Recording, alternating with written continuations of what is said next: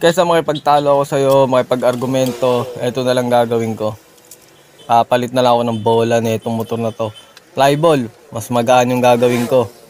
Para mas malakas yung hatak niya, pero mabawasan yung dulo. Okay na ako doon, pang overtake.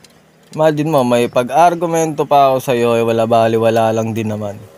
Kasi masyado ka namang matalino eh. Alam mo na lahat, hindi mo na kailangan ng argumento.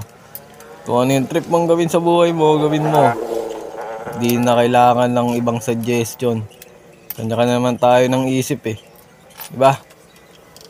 Kaya kung ako sa'yo, may pag-argumento ka sa taong masyado ng matalino, mag-isip ka. Mahirap yung gagawin mo.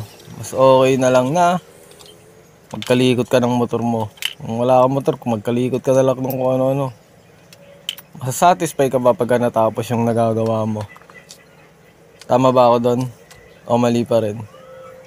Siyempre sabihin mo mali. Diba? Magaling ka eh. Malupit ka eh. Alam mo na lahat eh. Diba?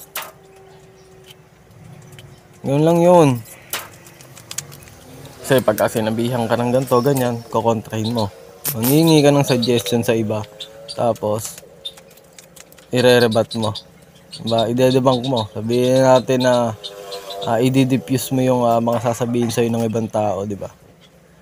Parang ngayon na nga, bali wala lang din lahat na sasabihin nila sa'yo. Lalo na matalino ka pa naman. Syempre, alam mo na lahat. Tapos, diba? Magaling ka na nga sa lahat eh. Tapos, gusto mo pa ng ka-argumento. Wala namang nanalo sa'yo. Bakit pa kita kakausapin, diba? Bakit pa ako makikipag talas-tasan sa'yo, makikipagsabi ng kung ano-ano. Eto na lang ginawa ko. Yan o. Mas masarap pa tong gawin. Mas masarap pang magbaklas ng panggilid kaysa kausapin ka. Maniwala ka sa akin. Kasi eto, pagkatapos kong masalpak, ayan, dinouble check ko agad. Tapos ibabalik ko na. Ayan. Eto may katapusan. Yung paggagawa ng ganito may katapusan. Pag-argumento sa'yo, ang katapusan lang nun ay pagsang-ayon sa'yo.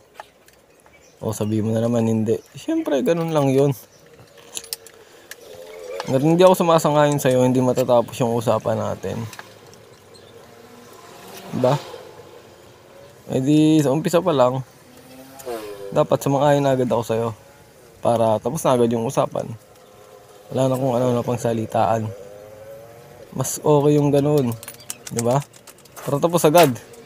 Ako nga ito, yan o, patapos na ako dito. Ayan. So, eto na. Ayan, thunder natin. Tingnan natin kung ayos. Mukhang ayos naman eh. Balik na ulit natin yung iba. Ayos na to. O, diba? Imagine mo, natapos ko na to. Tapos ko na tong ginagawa ko. Ganyan-ganyan. Tapos, ikaw hindi ka pa rin natapos sa problema mo. Diba, naghahanap ka pa rin ng mapaglalabasan ng sama ng loob mo. Naghahanap ka pa rin ng advice. Tapos, pagka nag-advice naman sa'yo, aawain mo. Diba? Ako ito, tapos na. Ito lang kadali. Oo, satisfy.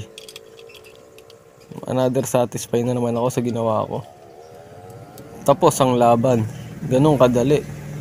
Ito ang mas magandang gawin kaysa makipagtalo sa'yo. Tama ako, di ba? Masarap pang gawin yung motor kaysa kausapin ka.